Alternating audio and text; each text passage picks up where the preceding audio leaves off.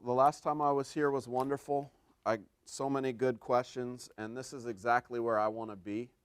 Because if I'm not here, then Bill Gates will be here, and he's got a different message.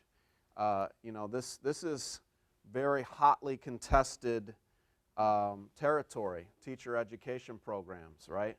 The billionaires in the world have a vision for basically eliminating you all and putting computers in your place. But if they can't do that, at least convince you to just prepare them for the next test. And so this is exactly where I want to be, sharing lessons with you from my experience as a teacher, from my tours around the country on the book, meeting with parents, students, and teachers who are defending their communities, and my experience, editing Rethinking Schools Magazine to try to help you guys resist this corporate education reform onslaught. And so I really want to thank Cynthia for bringing me out. It's the last time I didn't get to meet you, so it's wonderful to be able to come back and deepen the conversation that we started last time. Right on. And deepen the conversation, meet Cynthia, add on. Last time I told you the story of the map test boycott, and that's always a lot of fun to explain how an entire school and then a network of schools across the city revolted and helped to spark what they called the education spring, where schools just refused, right? That first spring in 2013 really ignited this national movement.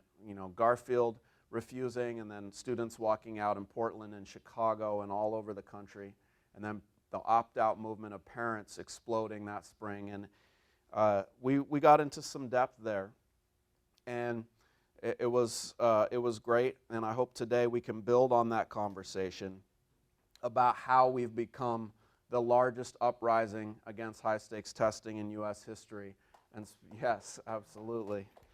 And specifically, the impact that these tests have on students of color, I want to address today in more depth. But what's really great to see is we've gone from a situation where it's just us and our children who are being intimidated to actually intimidating those in power, right? We've gone from a situation where did people see John Oliver's show on testing?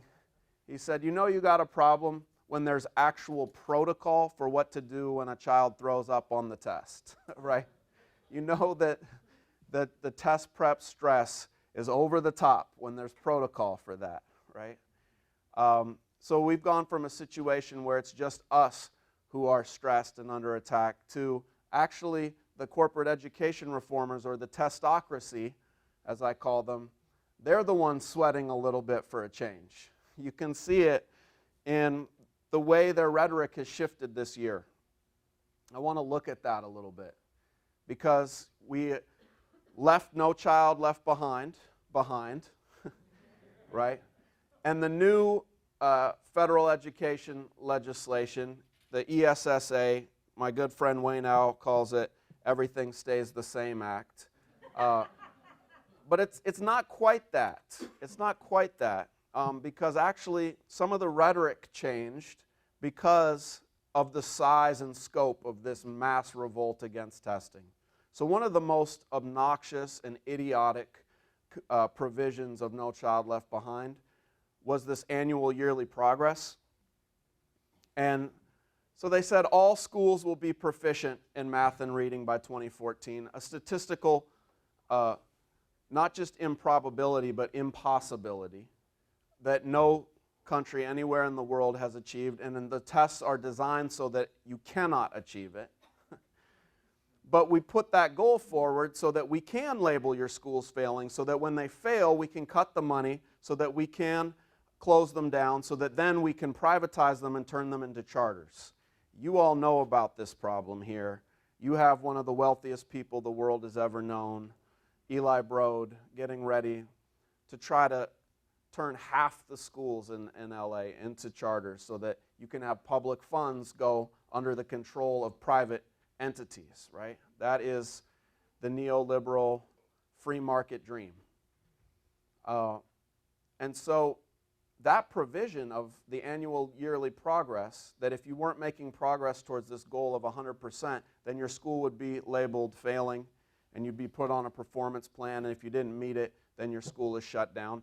That horrible piece of legislation was struck down in the new ESSA, and I think that is a testament to the size of this movement that's grown. Unfortunately, they've kept a lot of the worst provisions in terms of they maintain this annual testing requirement, starting with third graders, right? And so much of the same testing is in place, which is really unfortunate, and it just means that we all have a lot more to fight for. But the other way you know that they're a little bit on the run, that their ideas have been proven to be false, and that their policies of test and punish aren't working, they haven't improved schools, and now they're in trouble as this movement explodes across the country. 200,000 parents in New York State opting out, 60,000 parents in my home state of Washington opting out last year, mass walkouts across the country of students, more and more teachers refusing to administer these tests, has forced them to change their rhetoric, and now there's a new line of attack on the opt-out movement that you all should be ready to take up and defend. It started with a comment that Arne Duncan said before he left his post as Secretary of Education, and he put it like this, quotes, white suburban moms who all of a sudden their child isn't as brilliant as they thought they were, and their school isn't quite as good as they thought they were, they're the ones making up this opt-out movement. They're the ones opposing Common Core. It's white suburban moms, and now that argument has increasingly reached the media and communities across the country, as best characterized by a man named Charles F. Coleman Jr., an attorney, a black attorney in New York State. And he just wrote an article in the Huffington Post where he attacks the opt-out movement, saying that opting out is for privileged white people and it's going to hurt black children. My goal today is to make sure you leave this room knowing how insane an idea that is, okay? Absolutely. Charles F. Coleman Jr. You should read his piece on the Huffington Post, and then you should read my rebuttal that's going to be printed in the Progressive tomorrow. Okay?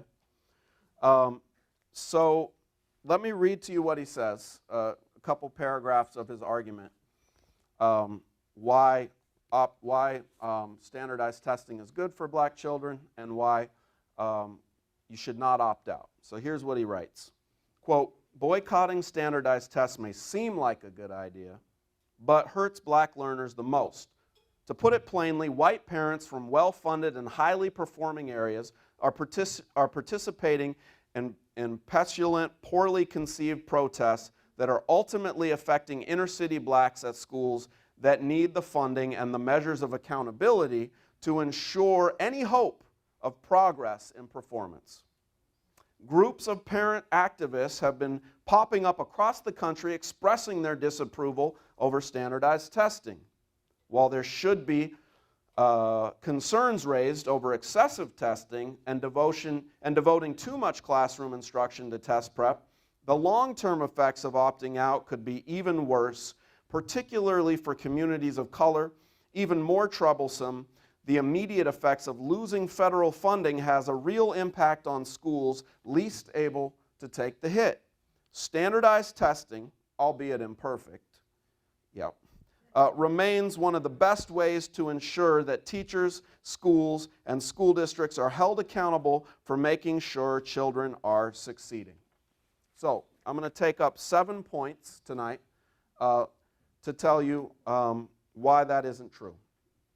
Number one, I want to show you how the tests are constructed.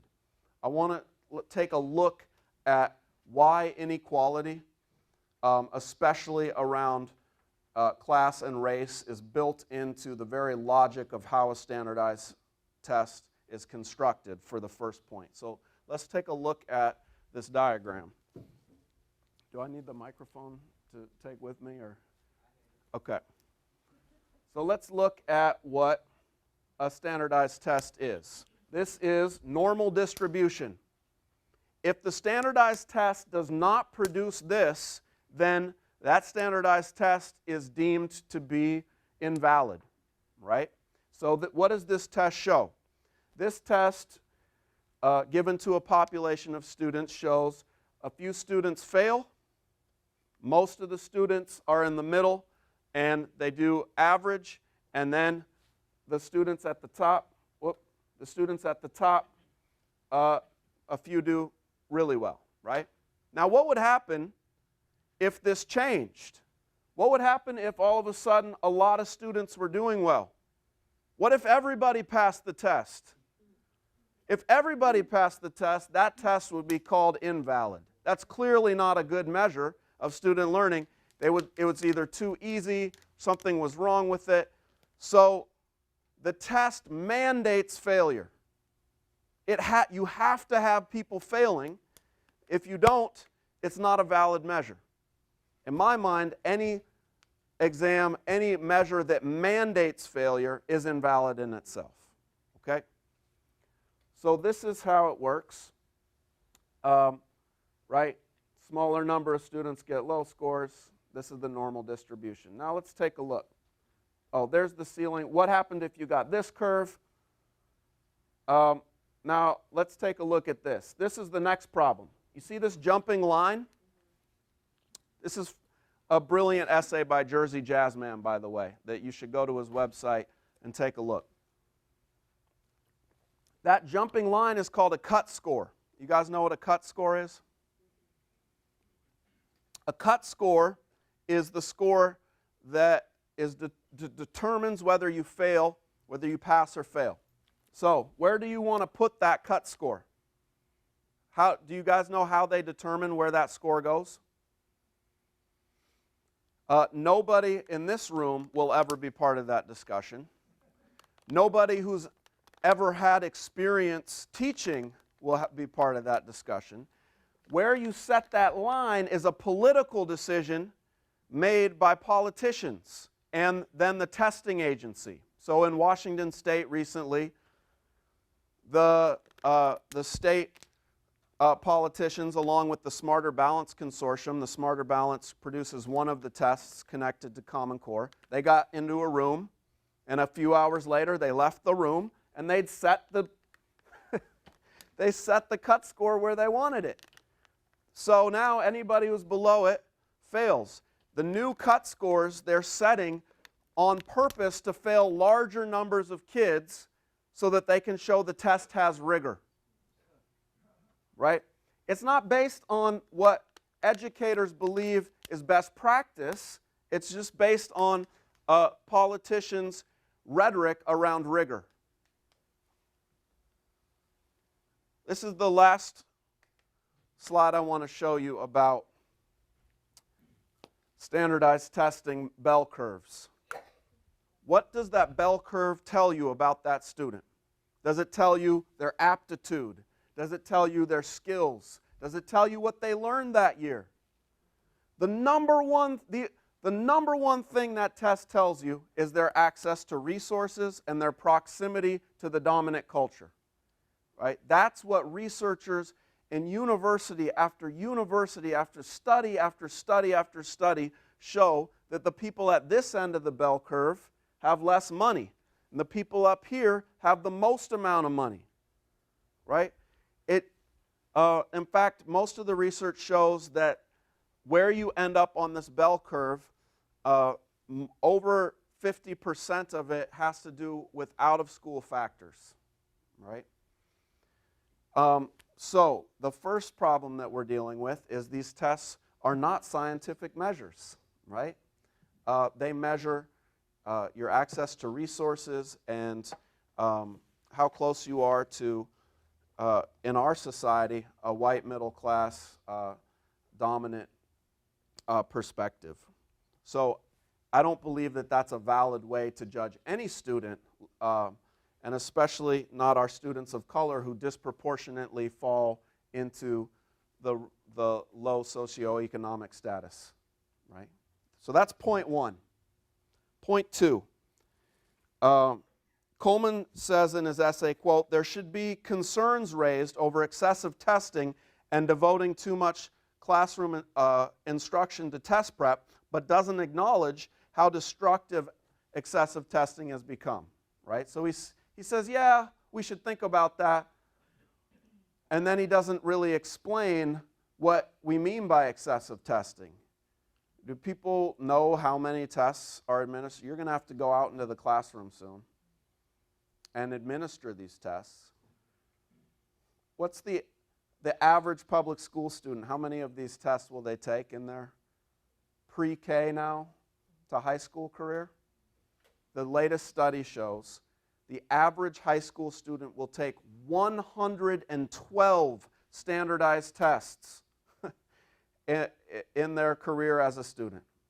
112, and that's the average student.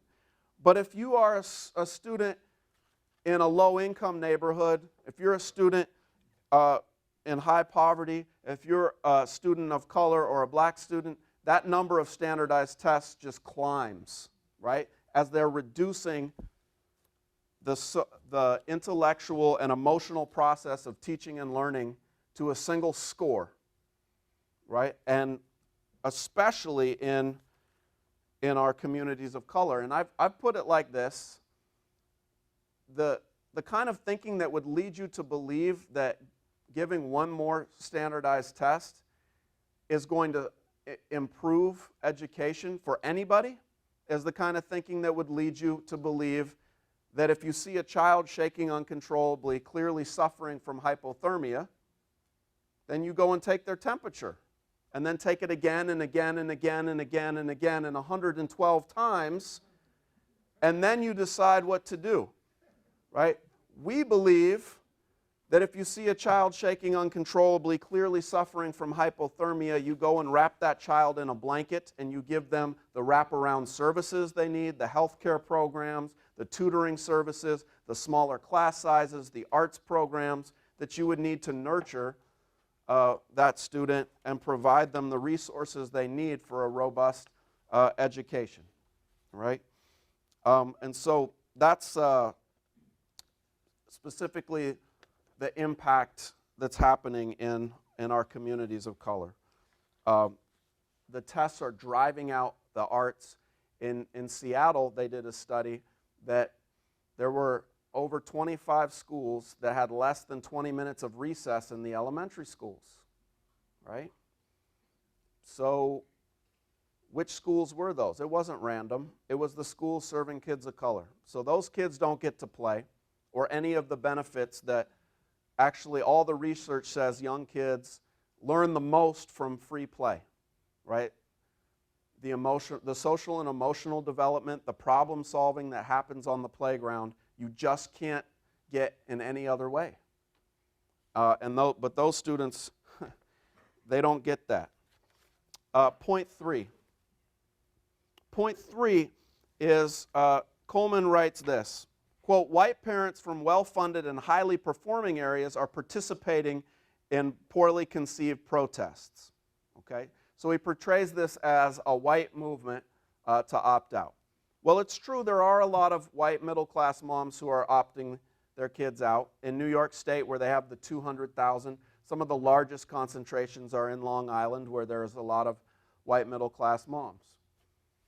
But to call this a white movement is really to erase the communities of color, to make us invisible, this growing rebellion that's happening around the country and that's growing in communities of color. It's to make invisible the leadership of this movement that is actually disproportionately people of color who are leading this movement, right? So we can look at people like Karen Lewis, the black woman who's leading the Chicago Teachers Union, who's done more in this fight than perhaps anybody. And she led the Let Us Teach campaign of the teachers fighting against these tests. And in Chicago last year, black parents opted their kids out at a rate of 10%, right? A really impressive, incredible figure. This movement really, I talked about the MAP test boycott being one of the main sparks of this movement last time. And, Garfield, where I teach, is the school in the historically black neighborhood in Seattle, where we have some 60% students of color. And the Black Student Union supported it. And the NAACP in Seattle came out this past last spring, and the president of the Seattle NAACP held a press conference where he said, quote, "The opt-out movement is a vital component of the Black Lives Matter movement and other struggles for social justice in our region. Using standardized tests to label black people and immigrants as lesser while systematically underfunding their schools has a long and ugly history in this country." And he called on all parents to opt out of the test. You can take another detonator of this opt-out movement. Happened in New York at Castlebridge Elementary. There's an amazing chapter here by Dow, who writes, she's one of the PTA co-chairs, and she writes about how she organized what became over 90% of parents opting their elementary school students out of the test at a school that serves over 70% students of color. And because so many families opted out, they had to cancel the test altogether, and the students got their class time back with their teacher to learn rather than be taken away. And that became a national news story, and PTAs around the country took that up. We can look at one of the largest walkouts in U.S. history against high-stakes standardized tests. Where was it and what happened? Let me just show you the video. I can't say for sure if this network news channel is going to portray these students well, but this happened in New Mexico last year against the new Common Core tests. These schools, this is one of the largest walkouts ever in U.S. history against high-stakes testing, and these schools serve 90% or more Latino students. Let's take a look. That's going to be used to evaluate students and teachers. Tonight we took their concerns to the state's education secretary. News 13's Lizzie Mitri is live at Atrisco Heritage Academy High School with what she had to say. Lizzie? Jessica, students walking out of class here were met by students from 2 other high schools for one of the biggest protests of the day. But the education secretary tells me these students missed out on a good opportunity. Students at Atrisco Heritage Academy High School, South Valley Academy, and Rio Grande High School protested here, while others from all over Albuquerque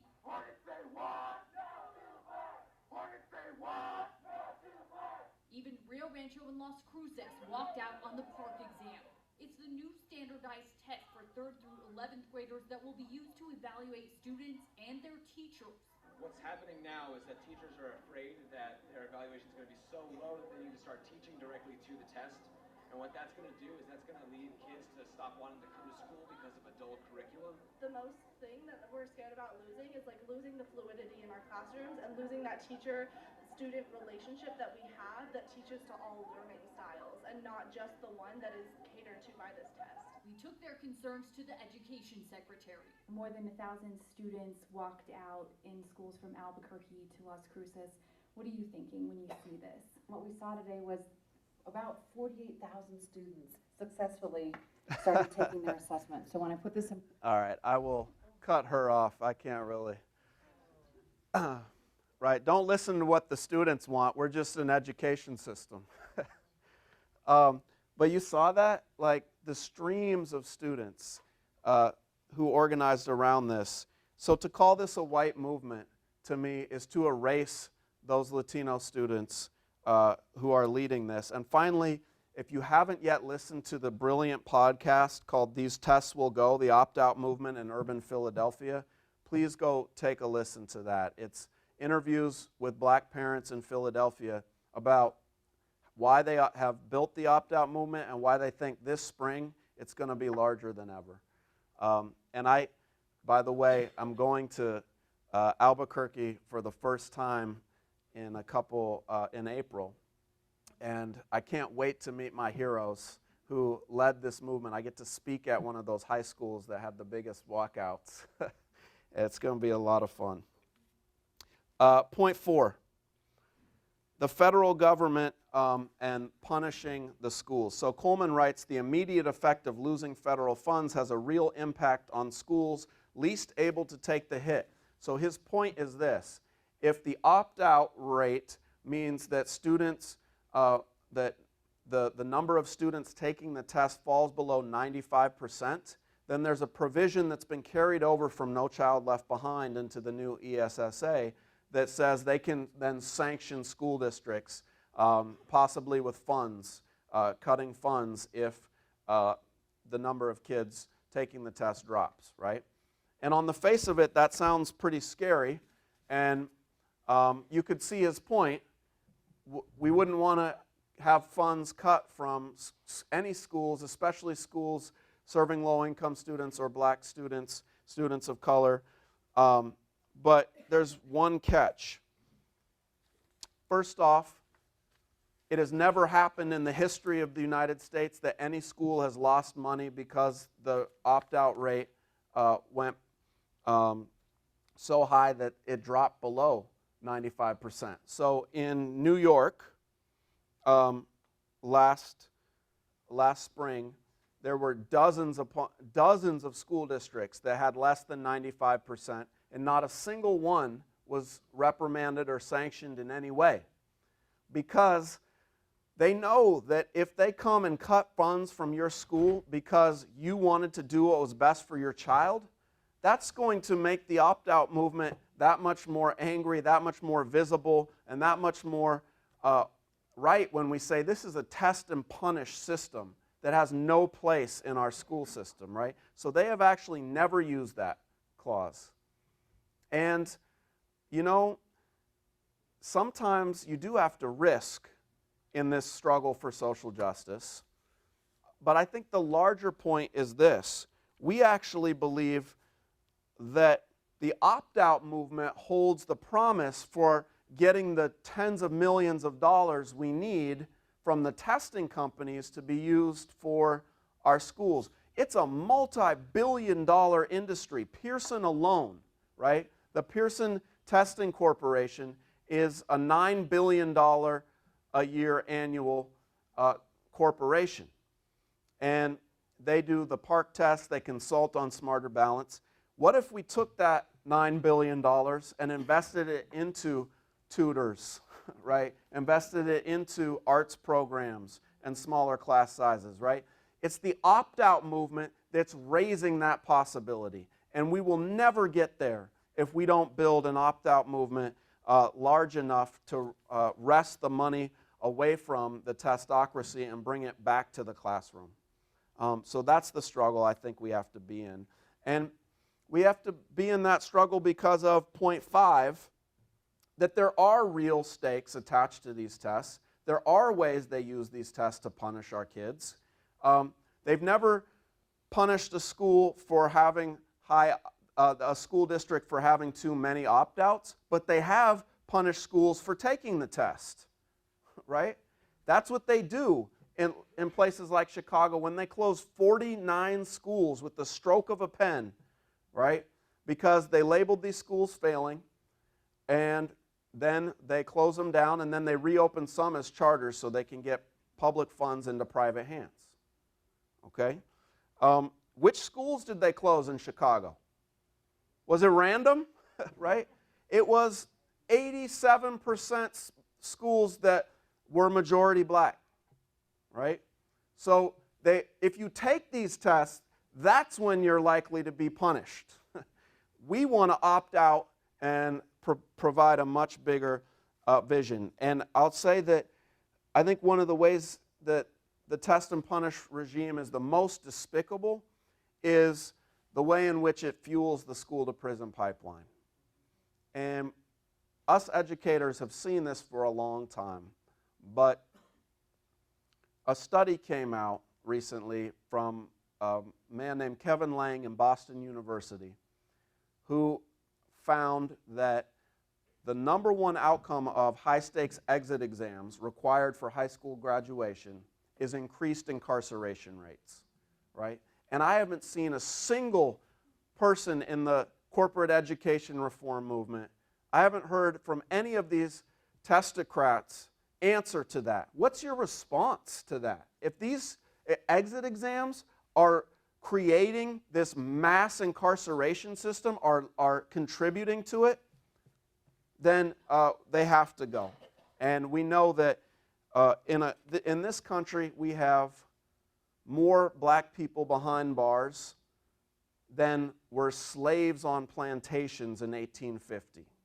We have an absolute catastrophe in black neighborhoods, in black communities, and the school to prison pipeline is a big part of that, and the high stakes tests are contributing to it, and they got to go. Point 6, standardized testing and its origins, right? I think that when Coleman says boycotting standardized tests may seem like a good idea but hurts black learners the most, you really will never believe that once you know the origins. And I spoke a little bit about the origins. Do people remember who invented the first standardized tests that entered the schools? What was it? Yeah, well that was absolutely some of the first IQ tests that were really supposed to be about checking for some learning disabilities in a limited scope. But then when they came to the US, it was completely transformed. And actually, in the hands of eugenicists, these tests became tools for the arguments for white supremacy. Not just white supremacy, they argued that these tests could be shown, would demonstrate that the northern Europeans were much smarter than the swarthy southern Europeans, right? That these tests would demonstrate that men were smarter than women, that native-born were smarter than immigrant, and certainly that white were smarter than black. That was the point of these tests. A man named Carl Brigham was one of the leading eugenicists. He conducted over 1 million standardized tests to the military during World War I. And then after World War I, he took a post at Princeton University, and he adapted those tests into the tests. I hope you didn't have to take it to get in here, but you may have, the SAT, right? So the SAT test is invented by a man who wrote this book called A Study in American Intelligence, one of the white supremacist manifestos of the time. I want to read to you the last page of A Study in American Intelligence so you can hear from the man who invented the SAT. He says, quote, "According to all evidence then, American intelligence is declining." It sounds like the what we hear today. We're falling behind the rest of the world. Okay? He says, and it will proceed with an accelerating rate as the racial admixture becomes more and more extensive. The decline of American intelligence will be more rapid than the decline of intelligence of European national groups, owing to the presence here of the Negro. Right? It's very clear. And then if you look at these tests, it's just absurd, right? What are the tests? The test questions are about an emerald is. Well, who has emeralds, right? And then it's like A, B, C, D questions. And that's right. So So then by 1920, about 2 million school children were now being tested with these kind of exams, mostly for the purposes of tracking in the public schools to put white kids on the higher track and then wealthy white kids on the highest track, and to put immigrants and African Americans on the low track, right? And the stability of the test scores from then till today should be all you need to know, that these tests really haven't changed and that the underfunding of black and brown communities really hasn't changed at all. And it shouldn't surprise you then if white supremacists were the first people to demand that these tests be used in the public schools, that the first people to organize and fight against these standardized tests were black intellectuals. Who do I mean? W.E.B. Du Bois, the founder, one of the founding members of the NAACP, one of the most important black radicals, intellectual thinkers in U.S. history, also was one of the most adamant opponents of these tests. Horace Mann Bond, who was the father of Julian Bond, who was a recent NAACP president, he was a scholar, and he wrote this about the standardized tests. He said, quote, "But so long as any group of men attempts to use these tests as funds of information for the approximation of crude and inaccurate generalizations, so long we must continue to cry hold or stop.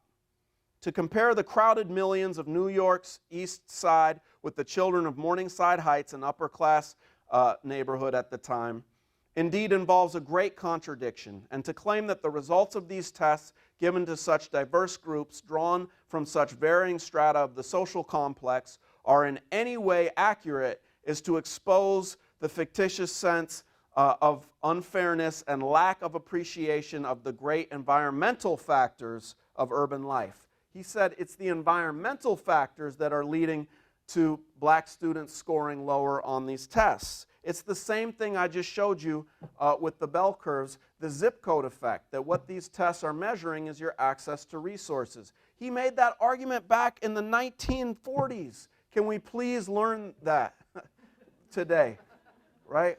We're still struggling to hear that basic message. Point 7. Coleman asserts in his essay, standardized testing, albeit an imperfect form, remains the best way to ensure that teachers, schools, and school districts are held accountable to make sure black children are succeeding. And I think here he makes his most important point, and the rest of it is really out of touch.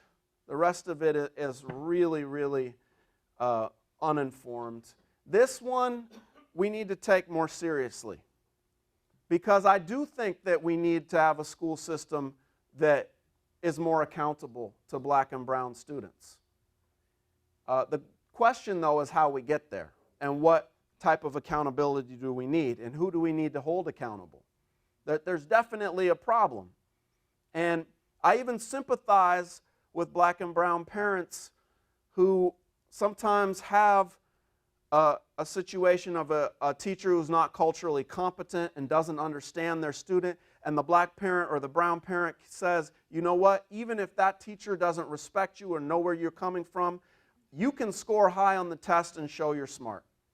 And I understand that impetus and that emotion. And some parents are able to get the kid the test prep they need to be able to show that. Or some kids don't have to work around the clock or take care of younger siblings and have time to study and do prove the system wrong, right?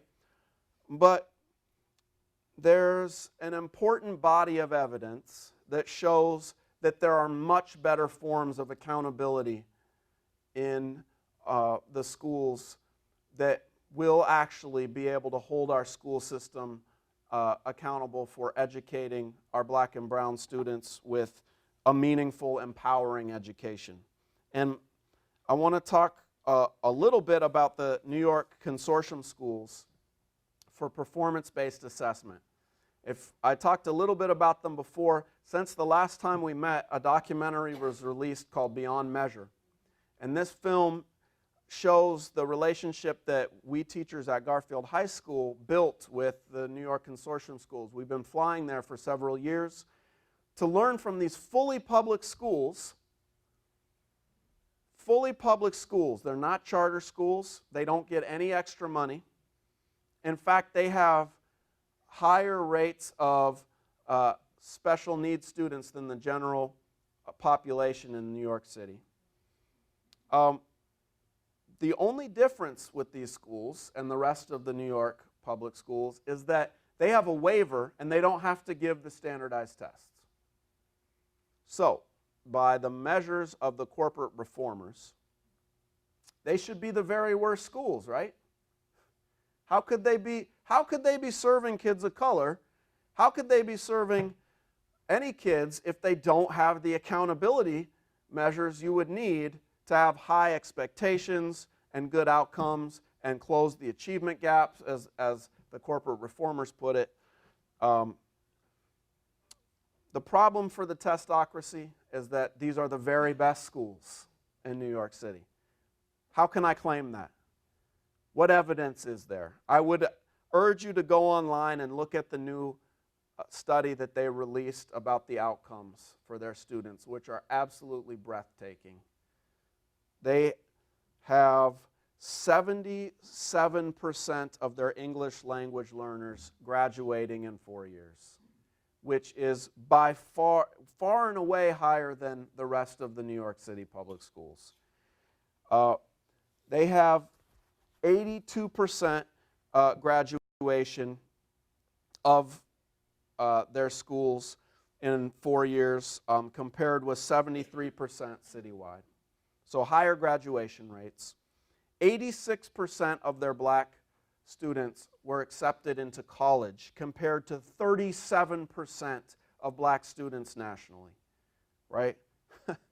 I mean, the outcomes are off the charts better. How do they do this? Well, they have an inquiry-based approach in the classroom that empowers students to pursue the things that are important to them, not the scripted curriculum that's imposed from outside. And then they have a performance-based assessment system that works much like a PhD candidate, right?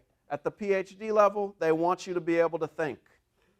They don't want to know, are you good at eliminating wrong answer choices? Are you good at guessing like the test maker? I mean, that's the only way I got into college. I was fortunate my mom could afford the test prep class, and I had to take it again and again. I was a terrible test taker, and I had to take the class twice, and then I had to take the SAT several times. But I figured out how to eliminate wrong answer choices well enough to get a score I needed to get to college. Is that real learning? Right? Is that a skill you'll ever use again in the rest of your life? Right? Oh, those people who know how to eliminate wrong answer choices, we really want them running society.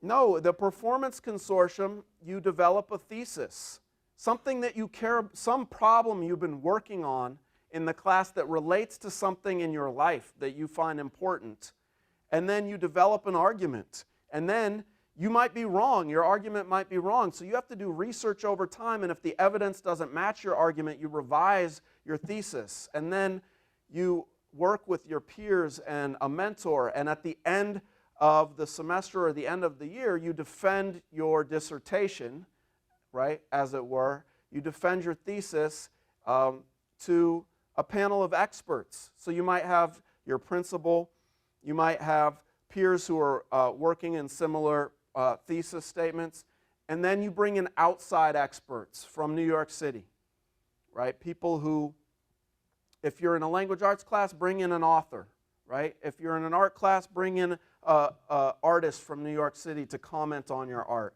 And then it's not time away from the classroom, it's actually time continuing to study. And it's that model that's producing incredible outcomes for our kids. But I I just want to say that when I had a chance to debate one of the former assistant secretaries of education, Peter Cunningham, I debated him on Al Jazeera recently. And after I appeared in that debate, someone from his website wrote an article that said, "More than a score, duh." And the article said, people who say children are more than a score, of course they're more than a score. We're not saying that they're not more than a score, but we just need accountability and we just need measures. And then the example this person used was, like, you wouldn't have kids do a swimming test. You wouldn't just throw kids into the deep end without first doing a swimming test, and you wouldn't have kids go drive a car without first taking a driver's test. So obviously we need forms of accountability and testing to find where people are.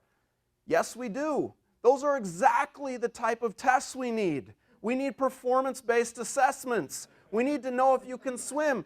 You're going to sit the kid down with a pencil and paper on swimming. What are the different swimming strokes? Let me bubble in A, B, C, or D. And then we're going to throw them into the deep end?